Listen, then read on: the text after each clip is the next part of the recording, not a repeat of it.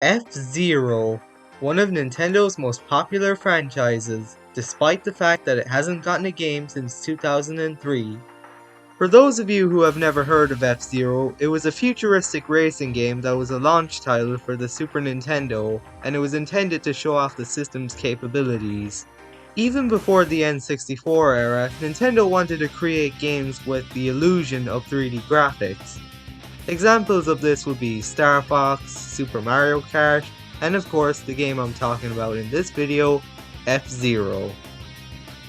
My first experience with the F-Zero series wasn't actually one of the games. It was actually, you probably guessed it, Super Smash Bros.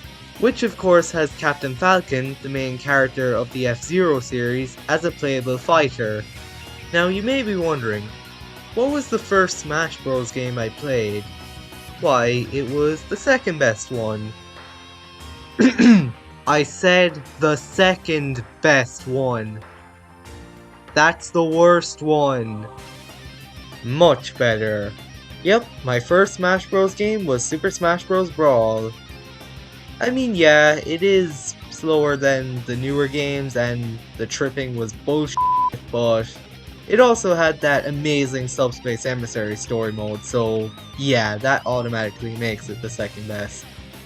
Anyways, I got to try out the first F-Zero game when Nintendo added the SNES library to the Nintendo Switch Online membership.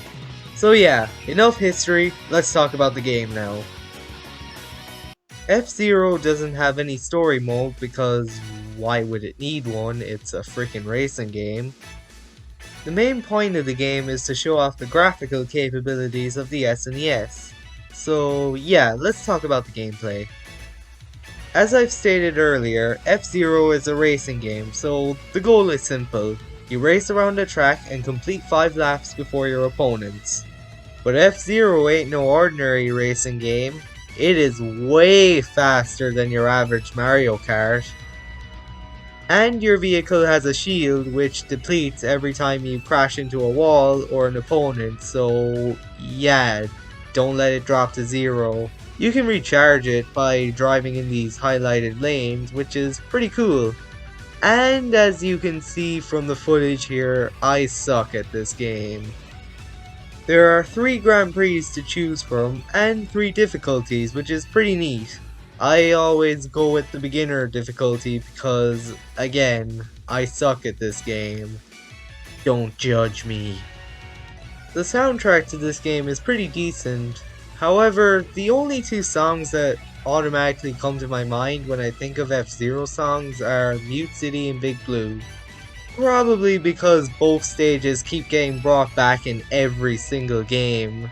So yeah, Mute City and Big Blue are basically the Green Hill and Chemical Plant of the F-Zero franchise. And yeah, that's pretty much F-Zero. I mean, there's not much for me to say about it, it's just a really fun racing game. And even though I'm not that huge of a fan of the series, I'm still really annoyed that they haven't made a game in this series since 2003. And apparently it's because they couldn't come up with any new ideas for the series, which I think is a lame excuse considering this is the same company that released New Super Mario Bros. 2 and New Super Mario Bros. U in the same year. It's pretty obvious that Nintendo just doesn't care about F-Zero anymore because Mario Kart keeps selling like hotcakes. But anyways, despite all that, F-Zero is still a really solid racing game, so check it out if you haven't already. As I've said earlier, the game is included on the SNES library with the Nintendo Switch Online membership, so if you have one of those, give the game a shot. And that was my review of F-Zero. Thank you for watching, I hope you enjoyed, and I'll see y'all later.